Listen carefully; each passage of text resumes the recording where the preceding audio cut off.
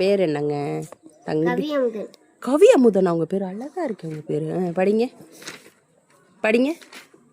மலையே மலையே மலையே மலையே வா வா, மண்ணில் விளையாட வா, புழுதியான தெருவிலே புதிய மானம் கமல வா, தெருவில் வெள்ளம் பெருக வா, எங்கள் கிணறு நிரம்ப வா, ஏரி குளம் பொங்க வா, கரையில் நின்று கால்வாயில். பெயர் தக்ஷத், நான் 6ஆம் வகுப்பு படிக்கிறேன். How did the little crocodile improve his singing tall and power for the water of the Nile? One on every golden shell.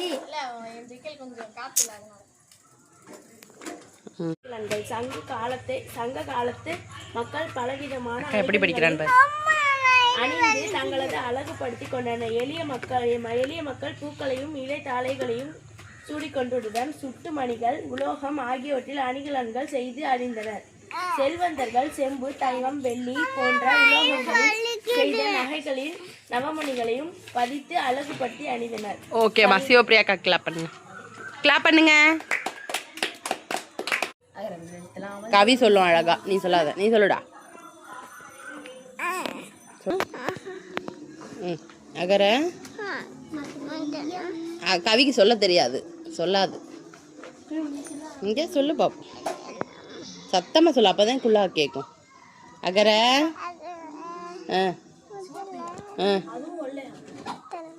சத்தமாக பேசு.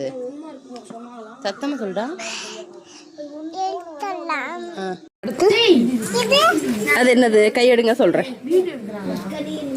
பம்கின், பரங்கிக்காய். நீனா சொல்லாது என்னன்னு? சிகப்பு கலர்ல இருக்கும்ல.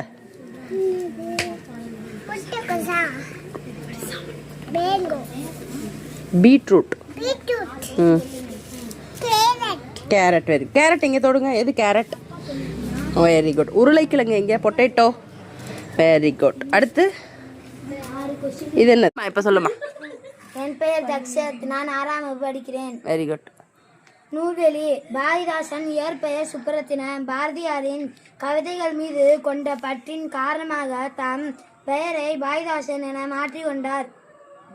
தாம் கவிதைகளில் பொன்கல்வி, கைம்பெண், மறுமணம், பொது உடைமை, பகுத்தறிவு முதலான புரட்சிகரமான கருத்துக்களை பாடுபொருளாக பாடியுள்ளார். எனவே இவர் புரட்சி கவி என்று போற்றப்படுகிறார்.